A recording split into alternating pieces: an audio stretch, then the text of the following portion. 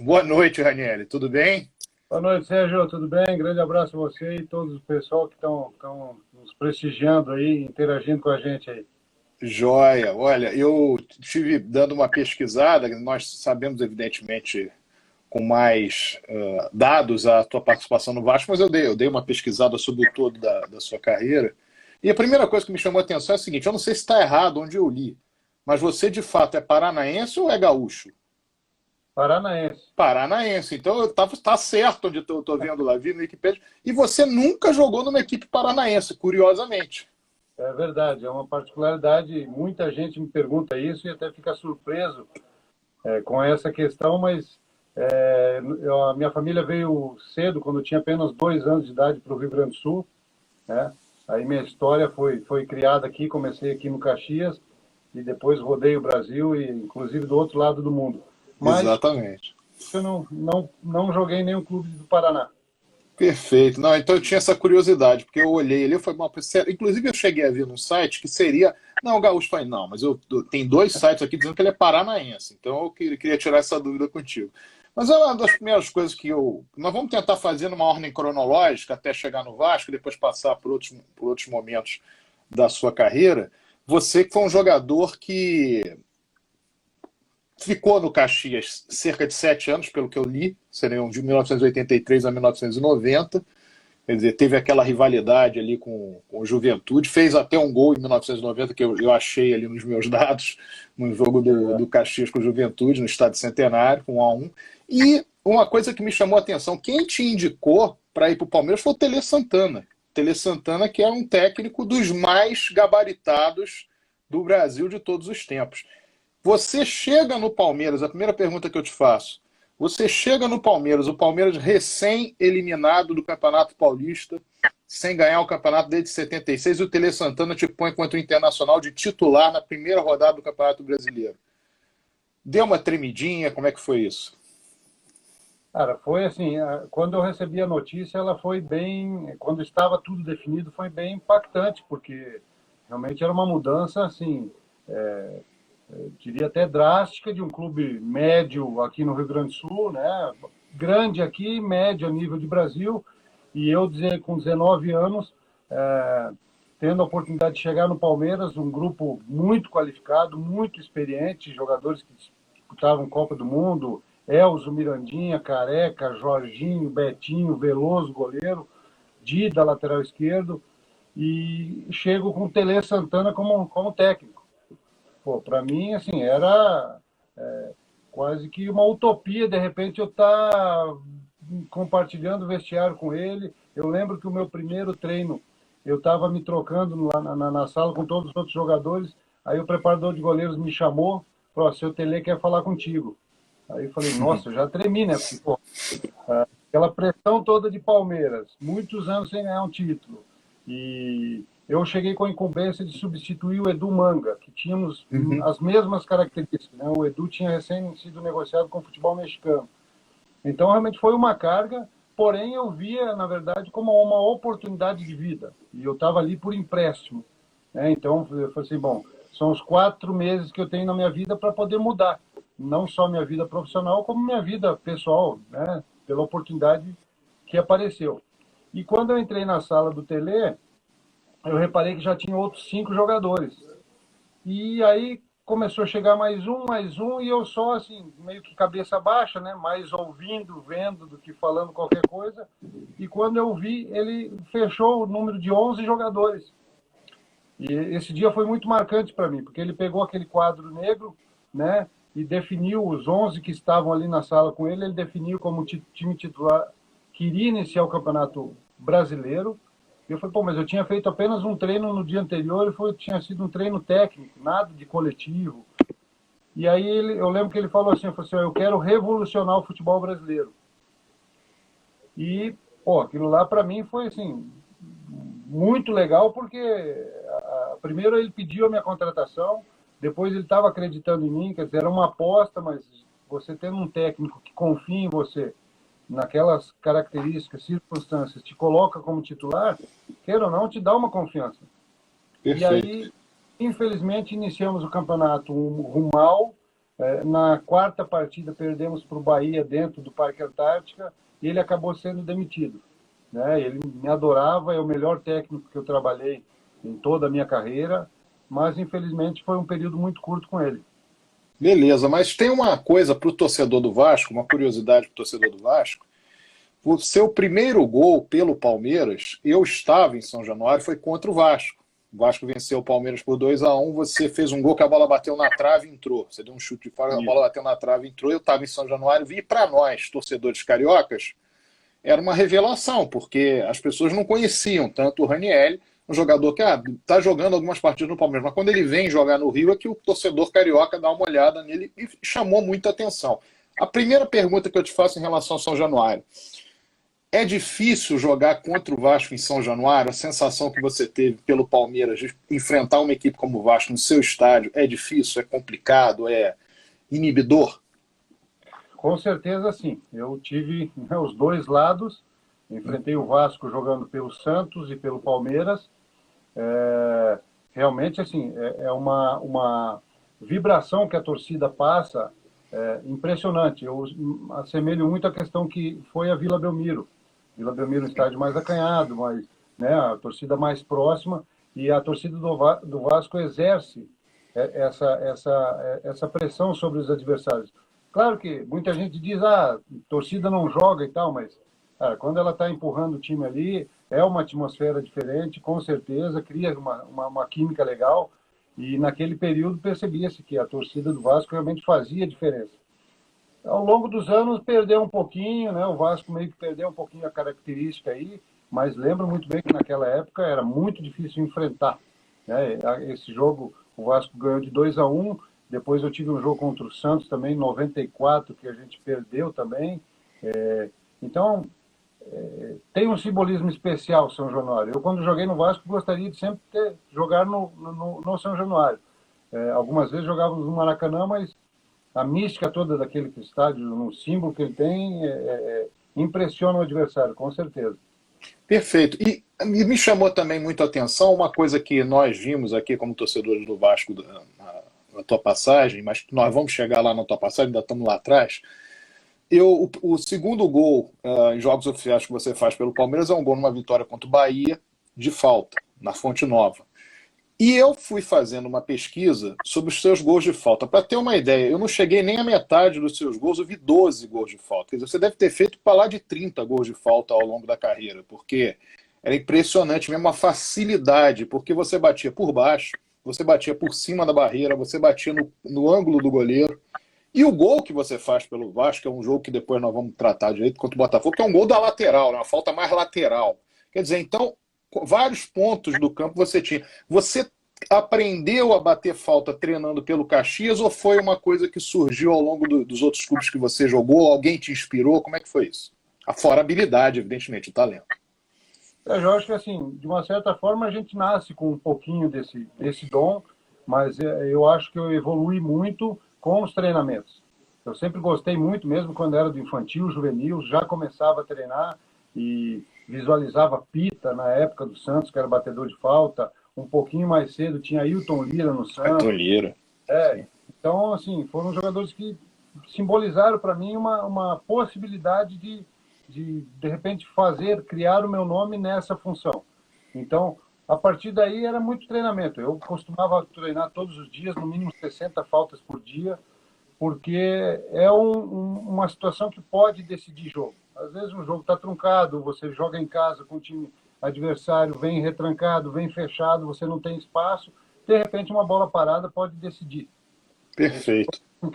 Que você citou aí no Maracanã, que nós ganhamos do Botafogo 2-1, a gente estava perdendo o jogo, né? E foi uma falta lá que ninguém acreditava que eu poderia bater direto ao gol. Eu vi que o Wagner deu um passo.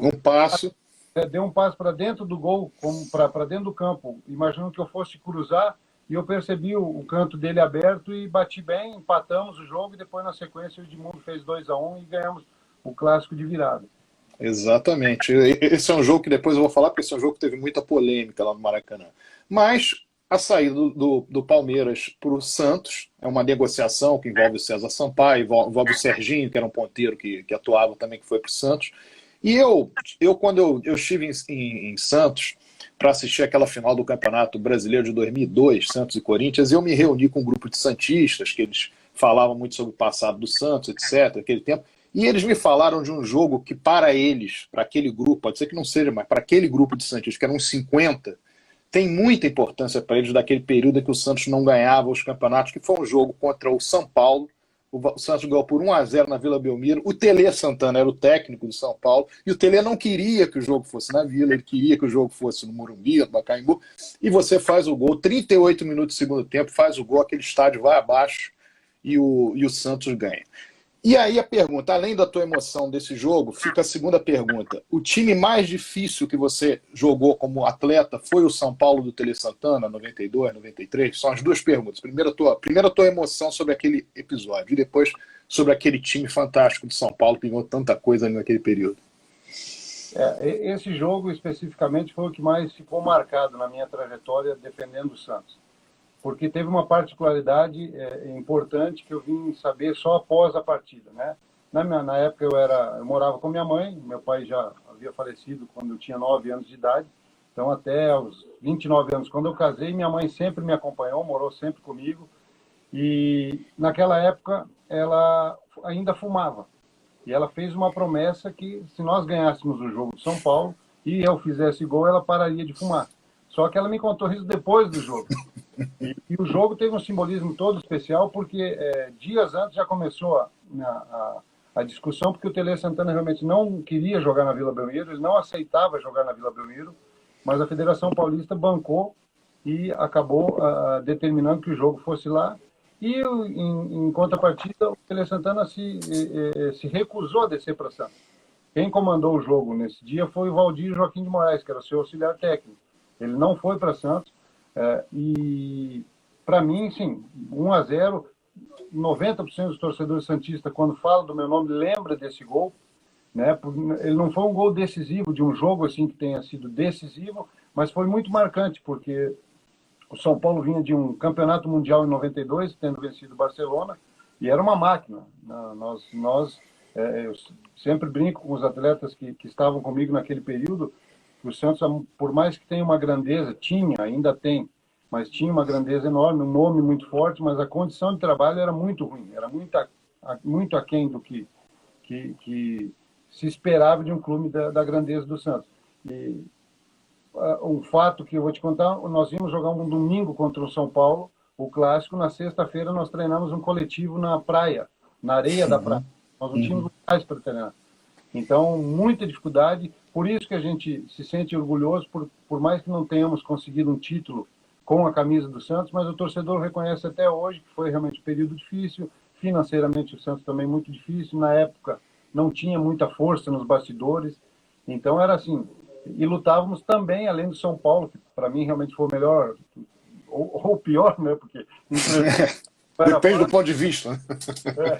E depois, ainda em 93, iniciou a era Parmalat no Palmeiras, né? Que aí veio muito dinheiro, criaram quase que uma seleção. Aí foi campeão paulista em 93, quebrando o jejum de títulos.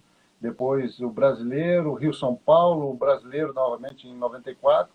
Então, era uma dificuldade enfrentar principalmente esses dois times. Mas o São Paulo, sem dúvida, né? O Tele fez 5 anos ali comandando o clube com uma maestria mesmo. Sim, foi impressionante como o São Paulo ganhou naquele período, né? De 1991 até 1993, é um negócio impressionante. E, ao mesmo tempo, essa tua passagem pelo Santos... É bom lembrar que o Santos ganhou do São Paulo também no mesmo ano, no Pacaembu, por 3-2, e você, inclusive, fez um gol. No mesmo ano, no mesmo campeonato. Só que aí, naquela ocasião, o Corinthians foi para a final. O Corinthians acabou passando... E o Santos e o São Paulo, mas houve, quer dizer, o jogo que o Tele queria, no campo que o Tele queria, também o Santos ganhou 3-2 naquela ocasião. Mas houve um jogador no Santos que quando ele veio para o Vasco, um pouquinho depois de você, quando ele veio para o Vasco, eu achava esse jogador vai arrebentar no Vasco, porque ele joga uma barbaridade no Santos. Veio do Grêmio, que era o Almir, o ponta Almir. O Almir vivia uma fase no Santos espetacular. E eu imaginava que no momento que ele chegasse no Vasco, ele também ia arrebentar. Você tinha no Almir a visão que eu tinha como torcedor, a visão do torcedor do Santos, mas os jogadores dentro do campo tinham a importância, a sensibilidade da importância que o Almir tinha naquele time, naquele período? No período que eu estive no Santos, eu estive com o Almir de julho de 91 até dezembro de 93. Então foram 2 anos e meio que ele foi um dos nossos principais atletas, porque era impressionante a condição que ele tinha técnica, de entender o jogo. Quer dizer, quando apertava para a gente era colocar no Almir, porque ele sabia proteger, ele segurava a bola, fazia com que o time respirasse, e fez 2 grandes artilheiros, né? Paulinho McLaren e depois Guga com E o ele, Guga. inúmeras assistências. Então, o Almir, assim, foi monstro. Eu fiquei muito orgulhoso de poder jogar com ele. E depois, lá em 2000, eu voltei a encontrá-lo no Sport Recife. Sim. Mas ele realmente, tecnicamente, era aquele ponta daquela nossa época antiga, né? Aquele ponta aberto, que tinha 1, 2, 3 marcadores. Ele não tinha receio, ele partia para cima e quase sempre passava e criava uma situação de jogo, de gol, ou quando ele próprio não fizesse o gol, né? Exatamente. Era um jogador realmente que me chamou muita atenção. No Vasco ele não conseguiu ir bem, mas é da vida, é do futebol, né? Mas ele no Santos, eu me lembro dele como um jogador realmente muito importante. E você teve essa participação no Santos até 1995, primeiro semestre, você fica o segundo semestre no Grêmio, mais uma vez faz gol de falta pelo Grêmio, não poderia deixar de ser. E aí, um momento que eu acredito que seja o momento da capacidade do jogador superar e observar dentro de uma circunstância que a princípio não lhe parece favorável, como é que ele vai superar para se destacar e chamar a atenção do cenário. Mais uma vez, para o público carioca, o Ranieri está jogando no Santos, vai para o Grêmio, e aí aparece no Botafogo de Ribeirão Preto para jogar o primeiro semestre de 96. Só que você não foi jogar no Botafogo de Ribeirão Preto, você foi se destacar no Botafogo de Ribeirão Preto. Fez 13 gols no Campeonato Paulista, fez 3 gols em determinados partidos, e aquilo chamou a atenção dos clubes todos que iam disputar o Campeonato Brasileiro. Felizmente, o Vasco observou e te trouxe. E você vem para o Vasco, e a primeira pergunta que eu vou te falar em relação à tua vinda para o Vasco. Antes do Edmundo chegar, o Vasco já havia vencido o Bragantino, já havia vencido o Goiás, fora os casos que eu estou dizendo. Inclusive o Goiás é a tua estreia em um dos gols do Vasco, numa cobrança de córner seu, que o Toninho acaba fazendo o gol. Claro que a vinda do Edmundo ela era importante, porque o Edmundo é um jogador notável. Mas você já sentia naquele elenco potencial com aqueles jogadores que lá estavam no início da temporada? Quando você chega no Vasco e vê Juninho, você vê que tem o Valber, enfim, você vê os jogadores que tem ali naquele métier, aquilo já te chamava a atenção de ser um time que pode dar liga para esse campeonato? Sérgio, com toda a sinceridade, sim. Era um grupo muito qualificado, mas são coisas do futebol, que nem você frisou em relação ao Almir, se esperava muito dele, a passagem do Vasco não foi tão brilhante. O grupo de jogadores do Vasco era realmente muito bom, muito qualificado, aí veio com a chegada do Edmundo, se fortaleceu ainda mais, porém a campanha foi realmente muito abaixo do que a gente imaginava, esperava. Somente na Copa Conmebol, que hoje seria a Copa Sul-Americana, nós tivemos uma campanha muito boa, chegamos à semifinal, infelizmente perdemos nos pênaltis lá para o Independiente Santa Fé, em Bogotá, na Colômbia, e não tivemos a oportunidade de ir para a disputa do título. E no Brasileiro nós ficamos em 18º, que era um campeonato com 22 clubes. Então, realmente foi muito aquém, porém, via-se ali possibilidades de, no ano seguinte, a coisa mudar para melhor, e aconteceu. E eu realmente fiquei muito sentido, porque eu queria ter permanecido no Vasco. Né? Sim. Eu não fiz um excelente campeonato, mas eu tive uma participação, acho que boa, efetiva, e que até criou a possibilidade do Vasco tentar uma negociação com o Santos. Não houve daí acerto entre as diretorias, por valores, uma diferença não muito grande, não muito alta, acabou não acontecendo. E aí você viu em 97 o Vasco campeão brasileiro, 98 campeão da Libertadores, com, acredito eu, 5 nomes a mais só que foram pontualmente contratados, né? A chegada do Evair, Nasa, Odivan, Mauro Galvão. Então, claro, 4 jogadores de muita qualidade que realmente ajustaram o time. Mas já tinha-se uma base boa e já ali foi plantada uma semente, com certeza. Perfeito. E aí, nesse período do Vasco, vamos tratar agora especificamente dele. Bom, você participa da estreia do Edmundo, a reestreia do Edmundo, Vasco e Portuguesa, e foi a primeira vez que você jogou pelo Vasco com São Januário lotado, um jogo, uma festa, e ainda marcou um gol. Quer dizer, esse jogo, ele traz algo especial para você em termos de lembrança, em função de tudo aquilo de toda aquela energia que existia no estádio. Mais uma vez eu estava lá.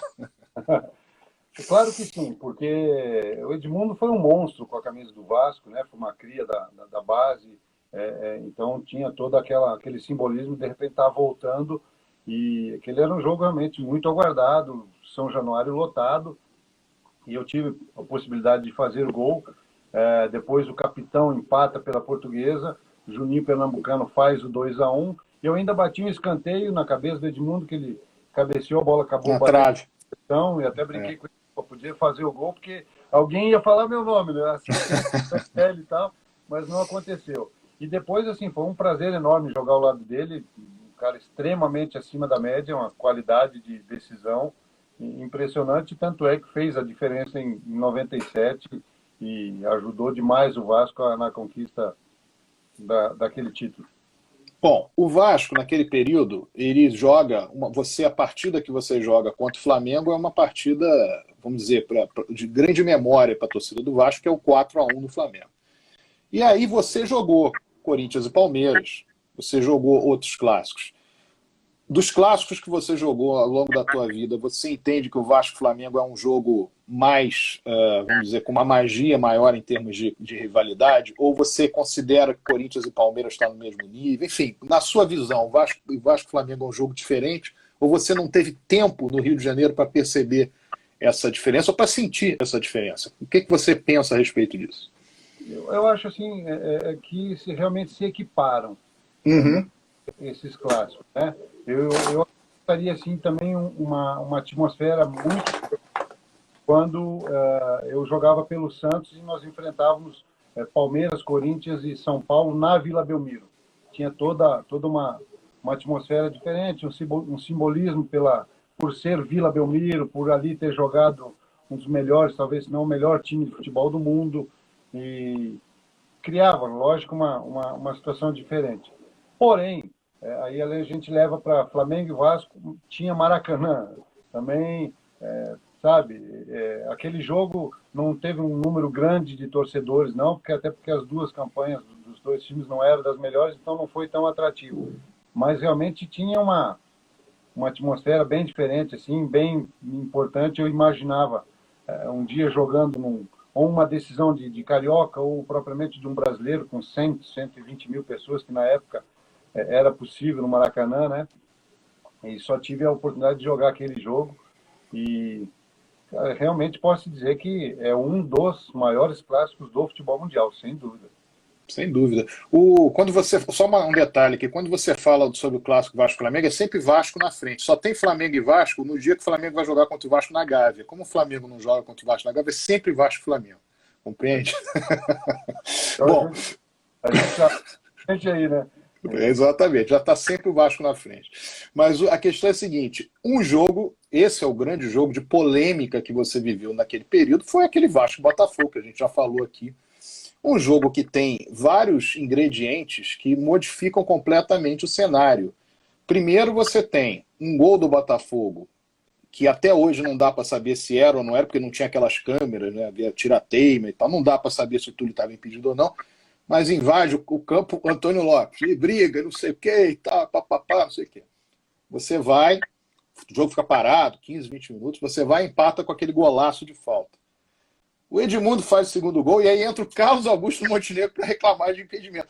Como é para o jogador em campo aquela loucura de um jogo assim? E mais o Jair Pereira, que era o técnico do Botafogo. Exato. Foi interrompido por 12 minutos, o árbitro foi para o vestiário, foi uma bagunça, o doutor Eurico entrou no campo também, naquele jeito dele, que todo vascaíno... Sim. Para defender, claro. Claro, né? Então, eu comentei até outro dia essa questão do Dr. Eurico, que até um determinado momento eu achei que ele foi muito bom para o Vasco. Mas depois de um determinado momento eu acho que não digo forma errada, mas assim, eu acho que não administrou tão bem o Vasco, que acabou o clube sendo, entre aspas, prejudicado porque perdeu a credibilidade e o Vasco sentiu essa dificuldade. Aí era todo mundo jogando contra o clube em todos os aspectos, não só literalmente dentro do campo, mas fora dele também. E o Vasco aí ficou ressentido um pouquinho e eu acho que ainda busca voltar àquele grande Vasco que foi anos atrás, e tenho certeza que vai acontecer. E agora muito mais na torcida ainda, porque meu grande amigo aí, o Ramon, que nos conhecemos aí na época, hoje é o técnico, é um dos que eu fiz amizade, mantenho até hoje, torço demais para que ele dê certo aí, tem uma identidade grande com o clube e acho que é possível sim realizar um grande trabalho e retomar, resgatar, recolocar o Vasco no lugar onde ele merece. Perfeito. A questão que você mencionou em relação ao Eurico Miranda, eu particularmente fiz a biografia do livro dele, eu tenho uma coisa muito clara na minha cabeça, que no momento em que você tem uma discussão interna no Vasco, tranquila, ou seja, a briga começa e termina na política do Vasco, dentro do Vasco, as coisas se resolvem. Havia muitos problemas naquele período que você estava jogando no Vasco, foi exatamente o período em que o Move apareceu no Vasco, era uma briga interna muito grande, era uma marca de oposição para tentar ganhar a eleição do ano seguinte. Mas o problema é quando isso sai, quer dizer, quando essa questão política ela vai para fora do clube. E quando foi para fora do clube, o nível ético ele some, as dificuldades aumentam. E aí você que está do lado de fora, muitas vezes pensa o seguinte, poxa, mas é o Eurico que está ali dentro, então deve ser uma responsabilidade dele que ele está ali. Mas, na verdade, era uma questão muito mais de não se aceitar aquela forma que foi aceita, digamos, ali até 1994, 95, não se aceitar aquela forma, e aí você ficar dependendo dos títulos. Como o Eurico, quando o Vasco ganhou em 97, 98, 99, 2000, como estava ganhando, não, então tudo bem, mas aí passa a não ganhar em determinado momento, já fica uma coisa contrária a ele. Mas a política do Vasco não é nosso assunto aqui, nós vamos falar de futebol, só para registrar. Nosso negócio aqui é futebol. Bom, você falou do Ramon. E você, na estreia do Ramon no Vasco, você entrou no segundo tempo e fez um gol. Vasco Vitória, 4-1 em São Januário. Foi uma partida, o Edmundo fez um golaço nesse jogo. Foi uma partida em que você também fez um gol de cabeça. Você tem noção, e eu já vi, eu estou perguntando isso porque eu vi em vídeos, quantos gols você fez de cabeça, Ranieri, nesse período? Porque são dezenas e dezenas. Porque todos os clubes que eu vi, você fez gol de cabeça. Todos, todos. Não teve nenhum que você não tenha feito. Só não vi o Palmeiras, mas os outros todos. Palmeiras eu fiz um só. Num amistoso. Amistoso, Exatamente. Fez parte da negociação quando o Palmeiras me contratou em definitivo ao Caxias. Até gosto de frisar essa questão que me orgulha muito até hoje. Foi a maior negociação na história do Caxias até hoje. A minha venda para o Palmeiras. E aí depois teve um acerto nessa negociação que teríamos um amistoso aqui em Caxias e com a renda revertida ao clube aqui de Caxias e ganhamos 2-0, fiz um gol. Então foi o meu único gol de cabeça pelo Palmeiras. E agora você me pegou de surpresa, porque o exato de cabeça eu não lembro quantos gols. Eu sei que eu fiz 148 gols como profissional. Eu peguei esse número de profissional seu, provavelmente tem gols no Japão, provavelmente, você fez. Provavelmente tem outros gols no Caxias, porque o que eu tenho de registrado aqui são 4 gols, quer dizer, deve ter muito mais gols que você fez no Caxias. Do Santos eu registrei 30, não sei se é isso que você tem. No Santos tem 30 gols. 32? Então já é um erro que está ali. E são registros que nós pegamos de fontes secundárias, né? Quer dizer, o que eu tenho de material arquivado, eu vi, eu achei, enfim, eu coloquei. Mas existe muito mais. Mas era uma facilidade sua e que, na minha cabeça, de colocação dentro da área. Você sabia se colocar dentro da área para que você aparecesse livre no cabeceio. Não é que não tinha ninguém marcando, é porque você sabia o espaço em que você teria que se meter ali para fazer o gol de cabeça. Você faz gol de cabeça no primeiro pau, antecipando o goleiro, no segundo pau, esperando o rebote. São várias formas. Isso é um mérito de um jogador que tem uma percepção, uma antevisão da jogada quando ela sai. Muitas vezes você conhece como é que o lateral vai cruzar, muitas vezes você entende como é que é a dinâmica de ataque do time, mas isso de fato me chamou muita atenção. E dentre esses 2 gols de cabeça, vamos tocar mais uma vez no Vasco, você faz 2, uma partida que poderia ser uma partida fundamental para o Vasco ser campeão da Copa Conmebol, se nós não tivéssemos tomado aquele golzinho no finalzinho, você faz 2 gols num jogo no Maracanã.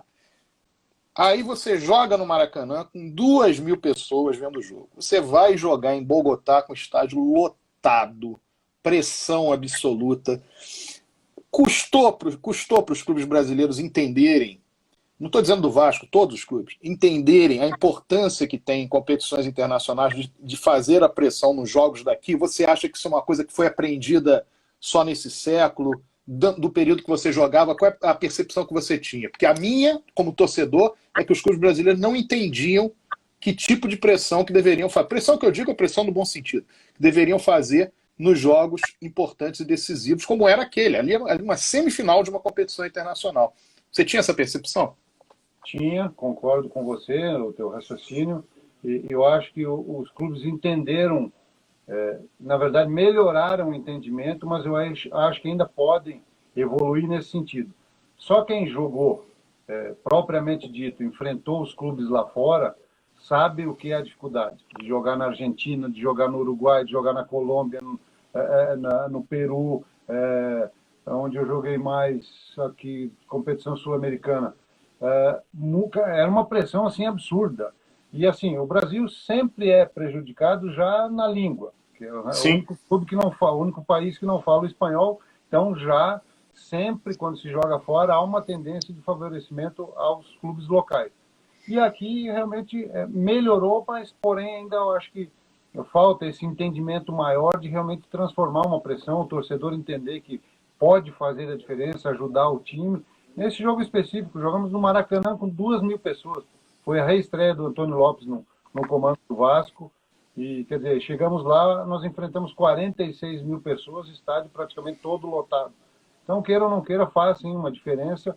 O Brasil melhorou nesse aspecto, tanto é que começou a conquistar muitos títulos, ou de Libertadores ou da própria Sul-Americana, mas acho que ainda pode ser trazer isso para seu lado de forma positiva. Perfeito. Eu queria saber uma coisa de você. Você participa, quando você sai do Vasco, você participa no primeiro ano no Juventus. Aliás, eu não tive o registro seu do segundo semestre de 97. Eu não sei se você permaneceu no Juventus, mas eu não tive o registro. Agora, em 98, muita gente não sabe, mas você vai jogar na Matonense, que a princípio é um time pequeno do futebol paulista, mas você é o artilheiro do campeonato, né? Porque, na verdade, não foram contabilizados os gols da primeira fase do campeonato, e aí o França acabou sendo o artilheiro. O França jogava no São Paulo, artilheiro. Mas você foi o artilheiro do campeonato. E o que me chamou a atenção foi o seguinte, foi o único clube que você voltou. Você jogou em 98 e jogou em 2001. Ficou algum sentimento especial para aquele clube, para aquele local, e pelo fato de você ter chegado a essa condição de artilheiro numa competição? Para ser sincero, foi mais para receber a dívida da passagem. Da outra? E confesso que foi isso. Mas, assim, essa particularidade realmente foi muito ruim para mim, porque eu, de fato, fui artilheiro do Campeonato Paulista em 98, mas de direito na história, se for pesquisar, estatisticamente está lá o França com 12 gols, eu fiz 14. Por que disso? O Campeonato Paulista disputava-se a primeira fase sem os clubes grandes, porque eles estavam disputando o Rio-São Paulo. Então eram 2 grupos de 6, classificava-se 4 de cada grupo, e os últimos 2 de cada grupo disputavam, a gente chamava de rebolo, que era para ver quem ia ser rebaixado. E o restante, já classificado para a segunda fase, já não corria mais risco de rebaixamento. E aquele ano da Matonense foi até histórico, porque foi, naquele momento, o único time no mundo que subiu de divisão 3 anos em sequência sendo campeão. E era o primeiro ano da Matonense na primeira divisão do Campeonato Paulista, e eu fiz 18 jogos, 14 gols. Só que entre o início da segunda fase e o término da primeira, houve o decreto lá do Eduardo José Fará, que era o presidente da Federação Paulista na época, dizendo que os gols da primeira fase haviam sido zerados. E aí, quer dizer, evidentemente que foi um favorecimento aos clubes grandes que não participaram, que entrariam na segunda fase, não tinham o que fazer. Fomos para a segunda fase, eu fiz mais 6 gols daí, totalizando os 14, mas hoje na história, se você for pesquisar, vai estar a França com 12 gols. É verdade. E você passa pelo Goiás, joga ali no Campeonato Brasileiro pelo Goiás, no ano seguinte inicia na Portuguesa Santista, e aí é uma outra curiosidade, você vai jogar na Ponte Preta, a Série A2 e tal, mas aí na Ponte Preta tá Fábio Luciano, Mineiro, que foi campeão do mundo, Piá, que foi contratado no meio, Luiz Fabiano, que foi um grande centroavante, e a Ponte Preta estava na primeira divisão do futebol brasileiro. Né? Ronaldão, quarto zagueiro. Ronaldão, quarto zagueiro. Paulão, se não me engano, também. Paulão, que... André Silva, que foi campeão brasileiro com o Botafogo em 95, estava lá. Isso, exatamente. O Paulão, que foi o Paulão que jogou na seleção. Seleção brasileira na época do Falcão. O Falcão o convocou para jogar. E ali, quer dizer, dos gols que eu vi que você fez, eu volto a falar, você fez 143. Eu devo ter visto uns 40, mais ou menos, 40. Eu vi 2 gols muito bonitos. Um dos gols é o gol contra Santos e Santo André, um cruzamento da direita que você pega de primeira e faz um gol. Um jogo que foi 2-0, que o primeiro gol é passe seu para o Paulinho Kobayashi, o segundo gol você pega de primeira e bate, faz o gol. E o outro foi um jogo nesse campeonato da Ponte Preta contra o Bragantino, que você dribla pelo meio da zaga, você dribla 2 zagueiros, o goleiro sai e você toca. Tem algum outro aí que você queira me lembrar para falar? Porque esses 2, de fato, são os que me marcaram em relação aos que eu vi. Eu estou gostando de você, viu, Sérgio? Você é bem atento e você tem bom...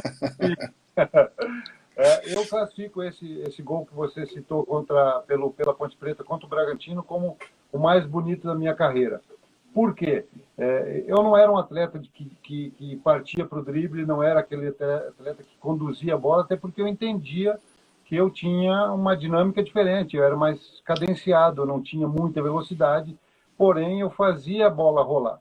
Então ela dificilmente ficava no meu pé, eu era 1 ou 2 toques no máximo, minha característica principal era o cruzamento, e aí sim essa projeção para a área, talvez por isso esses tantos gols que você citou, porque eu entendia que tinha uma carência, uma certa deficiência, e procurei trabalhar um outro aspecto que pudesse me favorecer. Então esse gol eu acabei driblando 3 jogadores do Bragantino, e na saída do goleiro eu toquei do lado, foi um gol decisivo, ganhamos o jogo de 1-0, então esse realmente ficou marcado como o mais bonito.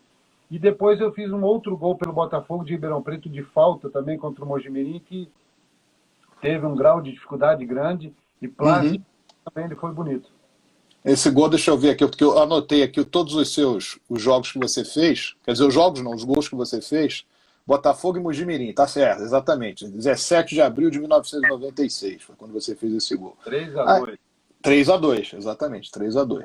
Bom, aí nós tivemos então essa passagem na Ponte Preta, a Ponte Preta conseguiu subir, que com aquele time tinha que subir, né? Subiu e, enfim, cumpriu, digamos assim, aquilo que se esperava, e você vai jogar no Japão. Como é que foi a experiência no Japão? Te confesso que foi assim, uma frustração muito grande, uma coisa que eu busquei muito, quis muito ir para lá. Eu tinha feito 2 viagens em excursão com o Santos em 92, 94, e assim, apaixonei pela cultura do país, pelo próprio país em si, pela condição de trabalho lá. Tinha já alguns amigos meus que jogaram lá e jogavam na época, então era um desejo meu particular, e felizmente acabou acontecendo essa oportunidade. Eu chego no meio do ano lá, jogo pouco nesse primeiro ano. O treinador era argentino, japonês, e o seu auxiliar era um técnico argentino, que era assim, se tornou até então um grande amigo meu. E aí na virada do ano, lá o calendário é parecido com o nosso aqui no Brasil, a gente veio de férias em dezembro. Quando eu voltei em janeiro, esse técnico argentino foi efetivado como técnico principal do time, e ele simplesmente não me cumprimentava mais, proibiu todos os outros membros da comissão técnica de falar comigo, tirou meu intérprete, então eu fiquei sozinho ali. Eu tinha feito o exame para tirar a carteira de habilitação, que no Japão é extremamente difícil. Eu tinha tentado uma vez, não consegui, então eu dirigia lá escondido, sem carteira, correndo um risco enorme, porque se eu fosse pego pela polícia, eu poderia ser deportado do país. Mas assim, eu tinha que me virar, eu tinha contrato ainda até o meio do ano, e tinha mais um pré-contrato de 2 anos. Só que assim, ficou uma situação muito ruim, porém eu fiquei quieto, eu fiquei trabalhando, e ele fez de tudo para que eu pedisse para ir embora. E eu não pedia para ir embora porque eu não queria ir embora. Só que ele queria contratar um outro zagueiro argentino, até porque já tinha o número limitado já de estrangeiros, já tinha completado a Avispa, e precisava um estrangeiro sair para o outro poder ser inscrito. Então ele queria a minha saída, me chamou um dia para conversar comigo, para que eu pedisse para a diretoria para ir embora. Eu falei, não, essa minha ajuda você não vai ter, por quê? Primeiro, você não precisava ter mudado de comportamento, você é um comandante, eu sou comandado, você não tem obrigação nenhuma de contar comigo. Se as minhas características não te agradam, você tem todo o direito de chegar na diretoria e falar, olha, não quero o Ranieri, acertem com ele e contratem outro jogador. Mas eu pedi para ir embora, não. Isso jamais, até porque eu não quero ir embora. Agora, como você quer um direito seu, então procure você a diretoria. E assim aí ele acabou fazendo dias depois e acabamos rescindindo o contrato. Eu vim embora, mas vim com uma frustração muito grande, porque, inclusive, se eu tivesse dado sequência, eu tenho certeza que estaria morando até hoje no Japão. Ah, sim, porque o lugar, essa cultura, isso te agradou. O que não agradou foi exatamente o tratamento dentro do Eu metido. estava no lugar certo, onde eu queria, mas com um técnico comandante errado, que eu respeitei muito, não criei problema nenhum, respeitei a decisão dele, só não compactuei com a forma que ele lidou a situação. Sabe? Era um cara que nós saíamos seguidamente com as famílias para jantar, para almoçar, trocava ideias sobre futebol, era um cara que fez história lá no Avispa como atleta. Então, de repente, tudo mudou, só o fato de ele ter assumido de técnico e se transformou como pessoa, então isso ficou ruim, ficou uma imagem bem chocante, assim, para o lado negativo. Você, me diga uma coisa, você vai para o esporte no segundo semestre, chega a jogar ali um tempo no seu esporte, chega ainda nos playoffs.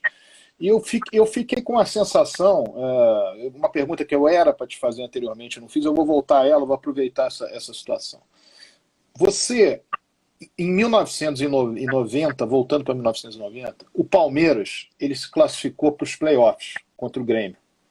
Venceu a primeira partida no Parque Antártica por 1-0 e acabou perdendo no Sul por 2-0. E a percepção que se tinha que podia ir mais longe. Aquele time do Palmeiras podia ir mais longe. Você acha que o esporte parou onde dava para parar no campeonato, no campeonato que ele disputou? Você acha que aquele time dava para chegar? Dava para chegar. E até é ruim de falar, de envolver uma circunstância dessa, mas assim, houve um erro de arbitragem no jogo da volta lá que foi determinante, sabe? Então, com todo respeito ao Grêmio, mas eu acho que o esporte naquele momento era mais time e merecia ter passado, mas por circunstâncias, né, aconteceu isso, aí perdemos 2-1 em Porto Alegre, lá foi 1-1 e acabamos sendo eliminados e depois o Grêmio passou e perdeu a semifinal para o São Caetano, exato.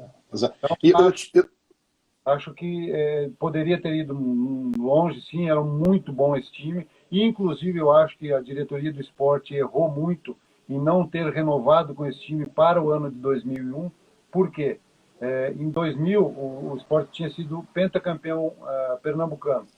E em 2001, se ganhasse o campeonato, seria... Igualava o Náutico.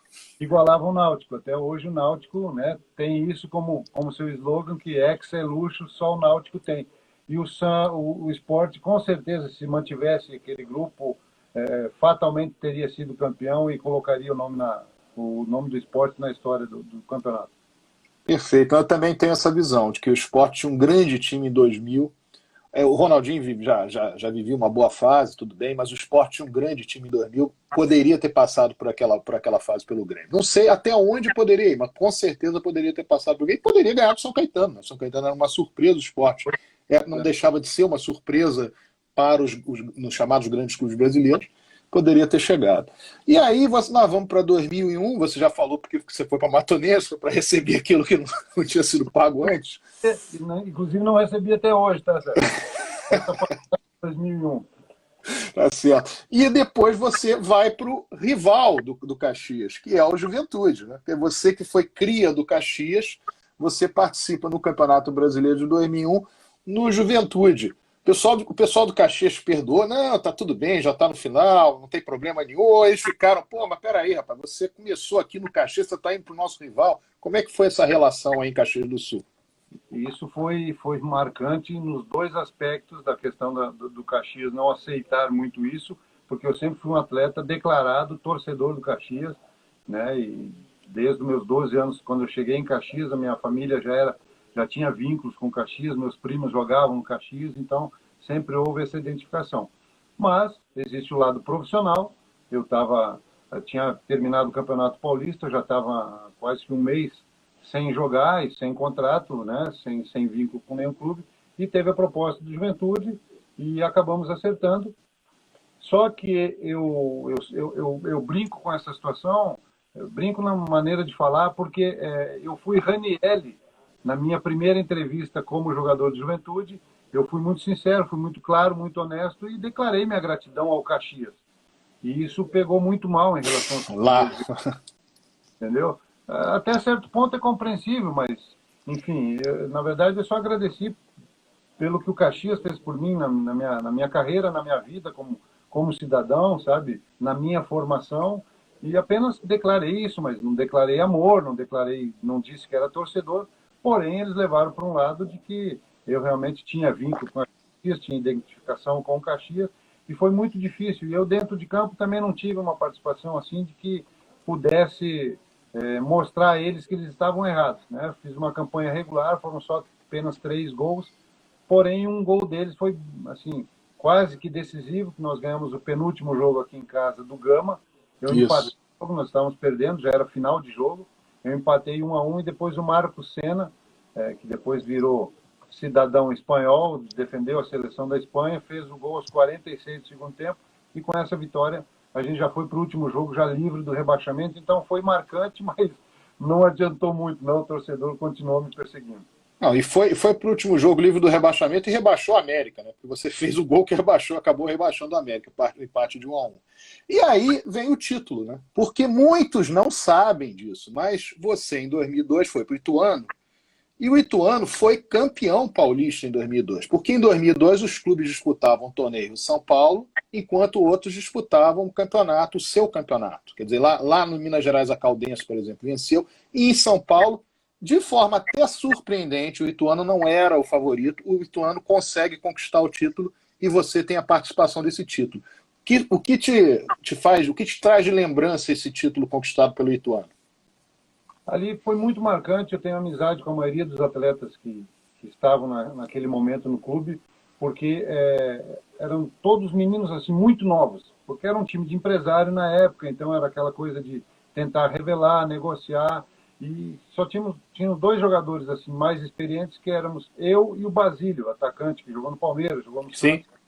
E eu acho que esse entendimento que eu e o Basílio tivemos em relação à orientação aos atletas, de que isso pode, aquilo não pode, não só dentro de campo, efetivamente, como jogador, mas assim, na questão de orientação e tal, acho que a gente foi bem importante nesse aspecto. E o Ituano tinha um time muito bom, tanto é que revelou Lúcio, lateral esquerdo, depois foi para o Palmeiras, Grêmio, São Paulo.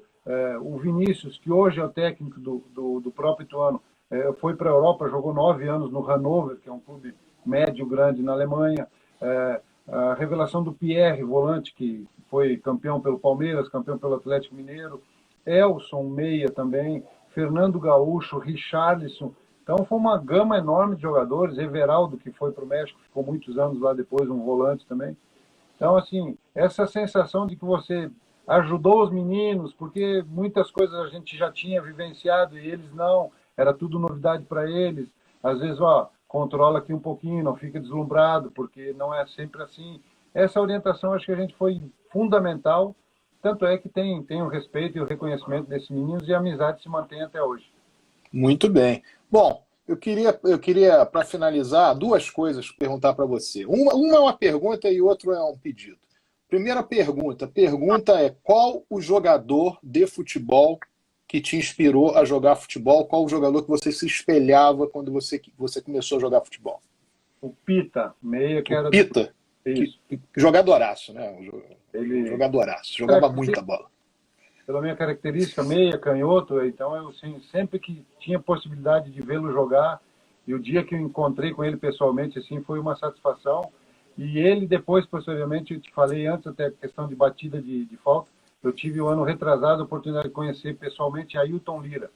Pô, para a galera mais... Né, Monstro. Aí mais rodada, pô, foi um cara fantástico com a camisa do Santos. Então, mas principalmente o Pita, porque jogava na época que eu estava iniciando o meu processo aqui em Caxias do Sul. Perfeito. E o Ailton Lira também era um cobrador de falta espetacular, um jogadoraço. O Pita, ele chamou. Nós temos a mesma idade, né? Você é de 70 também, né? Eu também sou de 70. Então, nós temos a mesma vivência de futebol. Nós pegamos o Ailton Lira já ali nos últimos anos e tal. Eu acompanho futebol desde 77, 76, 77. O Ailton Lira jogando no Santos e tal, depois jogando no Comercial.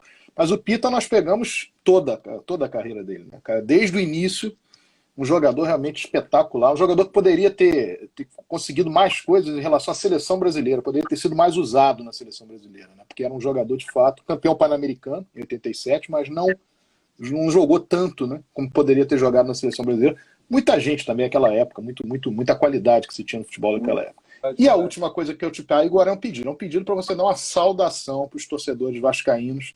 Você teve um tempo no Vasco, como você falou, curto, fez gols, marcou o gol na partida da estreia do Edmundo, marcou gol na partida da estreia do Ramon, marcou o gol naquele jogo polêmico contra o Botafogo, marcou 2 gols na partida contra o Independiente Santa Fé na Conmebol, marcou também um gol na partida em que o Vasco perdeu para o Santos, que era o seu ex-clube, 2-1, fez um gol em São Januário, e deu assistência para o gol do Edmundo no jogo Vasco e Paraná, que foi uma vitória importante que o Vasco teve naquele Campeonato Brasileiro. Mas muito mais do que isso, você mostrou para a torcida do Vasco que era um jogador hábil, que era um jogador inteligente em campo, e era um jogador que se comprometia com o jogo, se comprometia com o resultado, se comprometia em campo. Muito inteligente taticamente, isso era muito perceptível, dava para perceber que você tinha visão ou antevisão de determinadas jogadas. E a torcida do Vasco, ela não se adequa, não se liga, não se envolve só com aquele jogador que fez, não, ela se envolve com todos aqueles que se envolveram com a nossa camisa. Então, desse testemunho que eu dou a você como torcedor do Vasco, que viu todos os gols que você fez pelo Vasco no estádio, eu estava em todos esses jogos, eu peço a você uma saudação também para a torcida do Vasco. Vamos valorizar um pouquinho. Teve outros 2 gols no amistoso contra a seleção de Trinidad e Tobago. Sim, sim. Não, sim. eu assim, primeiro quero te agradecer pelo convite. O Edson aí fez esse convite, a gente começou a conversar. Te agradeço por participar. E a saudação especial para o torcedor do Vasco, realmente está marcado aqui no coração. Foi uma passagem curta, porém marcante. Sabe?